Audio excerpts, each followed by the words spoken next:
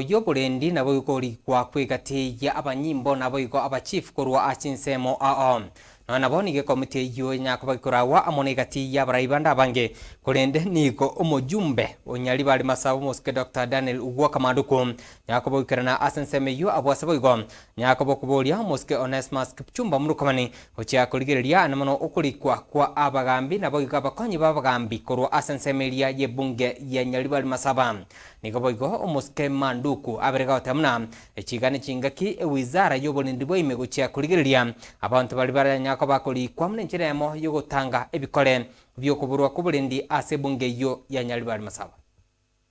Number 3, a definitive timeline for when the vacant position of chief and assistant chiefs Nyaribari Masaba constituency will be filled.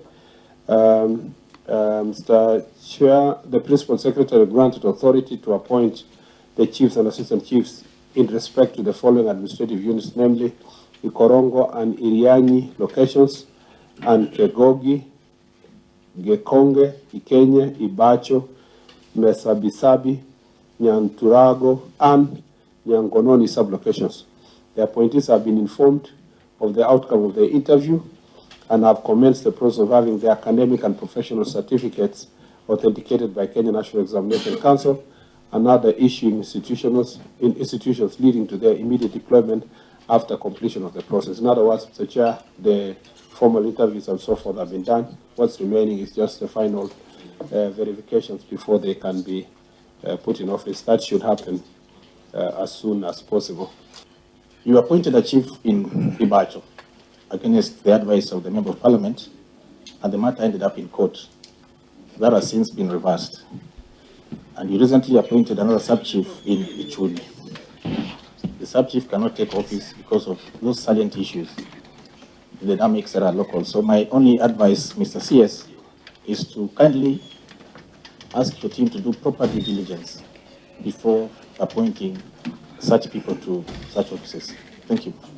The only challenge we face, not necessarily in your county, but across the country, is the political competition between different actors, particularly in places where clanism is very strong. You find situations where this leaders of this clan or this sub-clan are fighting over who should take up the position.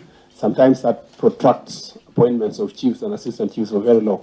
We had a session the other day with Public Service Commission, because this is a process that involves the Public Service Commission, and part of the challenges we've been having is how do you depoliticize the process of hiring chiefs and assistant chiefs so that we focus on the competence and capabilities of the individual and acceptability by the people he's going to lead, because it's also important. This is not like an ordinary job where you just go for interview.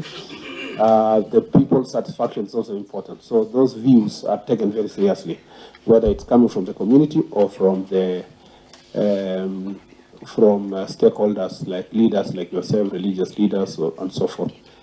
The other challenge we face with this hiring of chiefs and assistant chiefs is that generally the people may want a certain person, and if that person is very competent, he's been volunteering, he's acceptable in the whole community.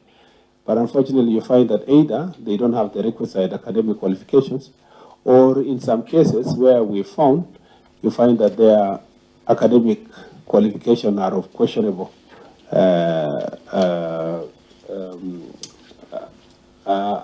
actual academic qualifications are questionable. That's what I try to mean. That's why this vetting takes time to satisfy ourselves that the academic qualification provided for. It should not take too long, though, because should be straightforward. You write to NEC or the university, and they should be able to respond.